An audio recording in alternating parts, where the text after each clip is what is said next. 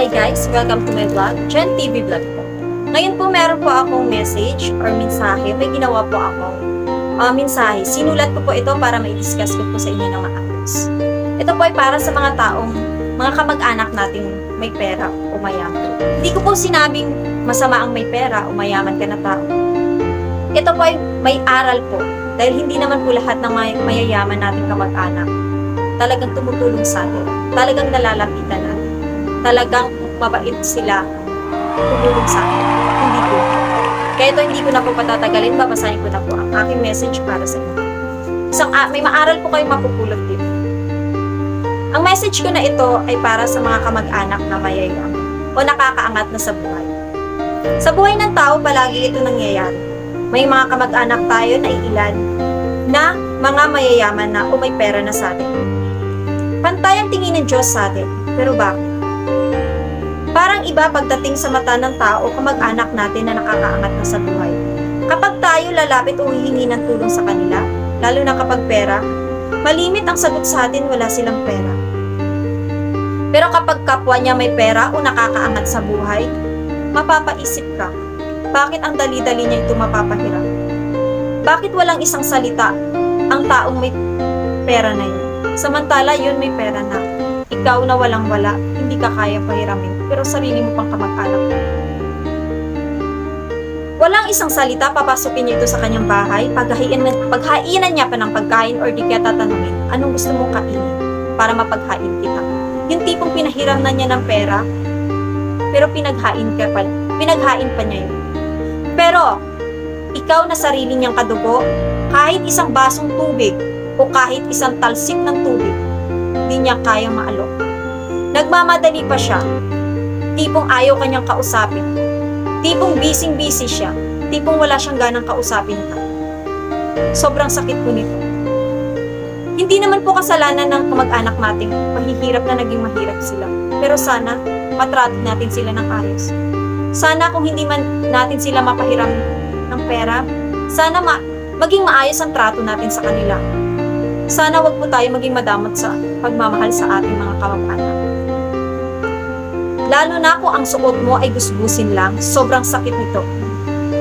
Yung tipong nanliliit ka na sa sarili mo, yung tipong hindi mo na alam kung saan ka titingin, kung saan ka lilingon, saan ka yuyuko, napapahiya ka na sa sarili mong kamag-anak.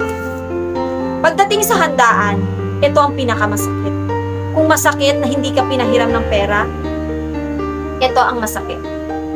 Pagkain na nga lang, pinagkakaitan ka pa rin. Kapag mahirap ka na kamag-anak, ang pagkain mo na pwedeng hilahan sa labas ng bahay. Tipong halos pansit at tinola lang ang laman ng lamesa. 2 uri lang ng pagkain ang nakahain mo. Pero, pag mayaman na kamag-anak o kaibigan, agad-agad nakasalubong, alalayan pa sa pagpasok sa loob ng bahay, welcome pa, may sarili pang beso-beso. Ang sakit makita mo na ang lahat ng uri ng pagkain na masasarap nakahain doon sa mesa, sa loob. May masarap na lechon, dessert, kumpleto. Lahat ng masasarap nandun. Yung tipong mapaisip ka. Pinandidirihan ba ako ng sarili kong kamag-anak, kaya sa labas ako kumain? Kaya ang pagkain ko sa labas ay 2 putahe lang. Pero samantala, yung mga kaibigan o mga kaibigan niya na hindi naman niya kadugo, nandoon sa loob, masasarap ang pagkain. Gaano po ba kahirap papasukin natin sa loob ng bahay natin ang sarili nating mismong kadugo o kamag-anak para sa kapiranggot na pagkain? Mapapatikim natin sila ng masasarap na pagkain.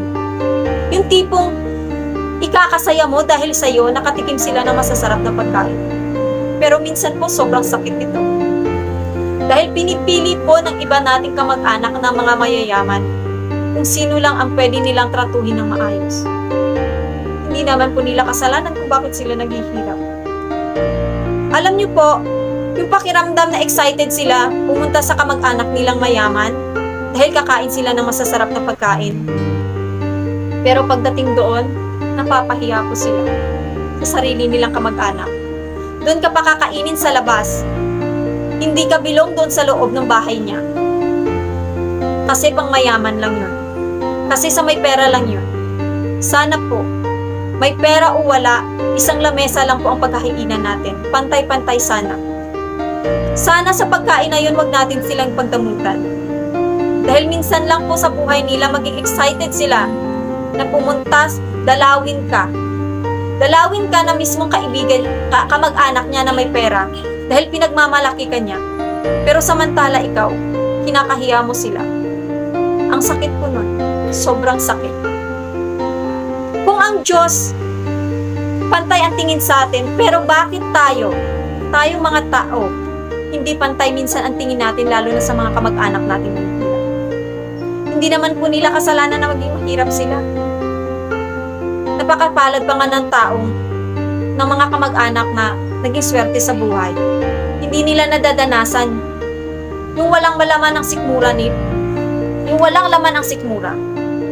Katulad ng nararanasan ng mga kamag-anak nilang mahihirap.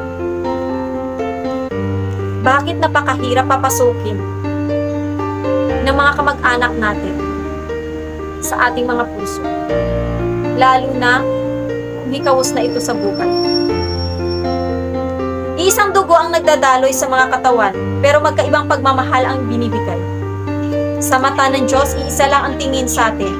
Pantay-pantay tayo sa puso niya pagdating sa taong iba. Pagdating sa Diyos, pantay tayo. Walang mahirap, walang mayaman. Sa totoo lang po, lahat naman tayo mamamatay sa mundo. Lahat tayo, pantay-pantay. Mamamatay tayo, mawawala. Kukupas ang ganda, kukupas ang yaman, o iiwan natin lahat yan. Baka nga sa sobrang yaman natin, pag namatay tayo, pagkakaagawan pa yan ng ating mga pag-iiwanan. Sana, kahit pagkain lang, sana, kahit konting pera lang, konting barya, huwag po natin pagdamutan yung mga kamag-anak natin naghihirap sa buhay. Huwag natin silang pandirihan. Pinandidirihan natin sila, pero samantala sila, excited sila na mayakap ninyo sila. Dahil kayo nakakaangat kayo sa buhay. Baka hindi nyo nga po alam pa minsan pinagmamalaki pa kayo. Malimit sa mga mahihirap na kamag-anak. Pinagmamalaki pa nila yung mga kamag-anak nila, mga mayayaman. Pero bakit po ganon?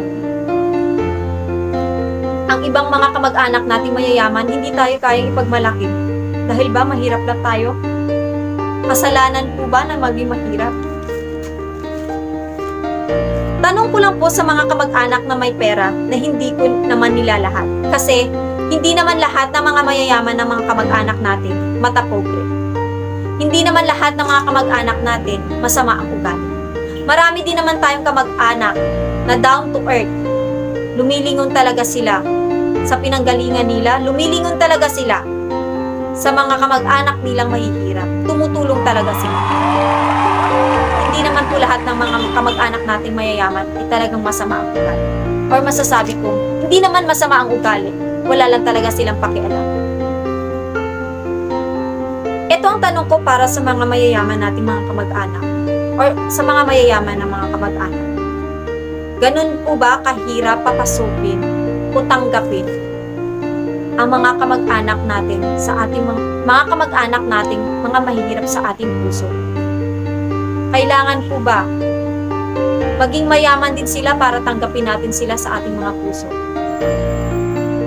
Paano kung ikaw na lang nag-iisang mayaman sa kamag-anak? Ibig sabihin po ba, hindi mo na lahat sila kilala dahil mahirap na? Sana po. Minsan, kung sino pang kamag-anak natin na pinagtatabuyan natin o binabaliwala, minsan sa dulo ng buhay natin, sila pa yung taong nakakatulong sa atin. Samantalang yung mga taong tinulungan mo, na mga may pera o mayaman, sila pa yung taong walang pakialam.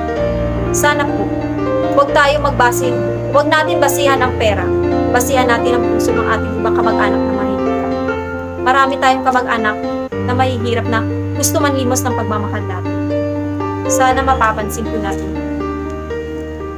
Wala na bang pag-asa na mabahagian natin sila ng pagmamahal na galing sa ating mga puso o sa inyong mga puso?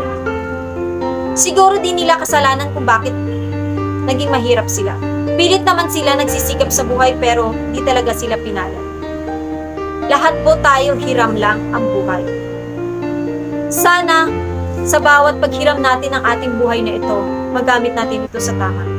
Sana pag dumating ang time na pag tinanong tayo ng Diyos kung anong mabuti ang nagawa mo sa mundo nung nabubuhay ka pa, sana mabanggit po natin pagmamahal. Sana po totoong pagmamahal ang maibigay natin. Walang kabayaran na pagmamahal. Walang kapalit na pagmamahal. Dahil ang pagmamahal po, sa totoo lang, hindi naman po ito mahal. Hindi naman ito binabayaran. Kaya sana, mabahagi po natin ito sa ating mga kamag-anak na mahihirap. Sana may paramdam natin sa kanila ang tunay na pagmamahal. Walang bayad ang pagmamahal po. Sana sa mga kamag-anak natin na pinalit sa buhay kahit konting pagmamahal, iparamdam natin sa kanila na iisa ang dugo natin, iisa din ang tingin natin sa kanila kahit mahirap sila. Di kasalanan ng mahirap na maging mahirap. Kaya huwag po tayo maging madamot sa pagmamahal sa ating mga kamag-anak. Minsan, sa buhay, parang bola yan. Minsan dadanasin natin ang saya. Minsan kung sino pa ang taong inapi natin, sila pa ang umaangat sa huli. Samantala ang taong mga mayayaman, minsan sila pa ang lumalagapak sa buhay. Kaya sana, huwag tayong dumating sa punto na yung taong inapi natin na naghirap at yumaman na sila. Sila din ang taong makakatulong sa atin para makabangon ulit sa buhay. God bless po sa inyo. See you on my next vlog. Sana nagustuhan niyo po ang aking message na ito. Ito po ay hindi ko nila lahat ng mga mayayaman. Hindi naman po lahat ng mga mayayaman nating kamag-anak ay talagang matapobre. Ito po ay sa mga taong mga matapobre lamang. Pero sana may nadulot po kayong aral dito dahil marami po tayong mga kamag-anak na ikaw sa buhay ngayon. See you on my next vlog. Sana nagustuhan niyo po aking vlog na ito.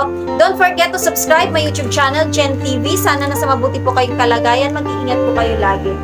Kung ano mang kalagayan mo ngayon, naghihirap ka man sa buhay, dasal lang po sa Panginoon. Walang imposible sa Diyos. Maaring hindi mo pa swerte ngayon. Maaring sa isang araw, isang banda, swerte mo na. Kaya sana pag ikaw ang pinalad sa buhay, balang araw, magamit mo rin po sa tama. Magamit mo ito ng mabuti, magamit mo ng maayos. Sana lingunin din natin ang ating mga pinanggalingan. God bless. At subscribe niyo po ang aking YouTube channel para mas marami pa po akong mga mensahe o inspiration message na maibibigay sa inyo.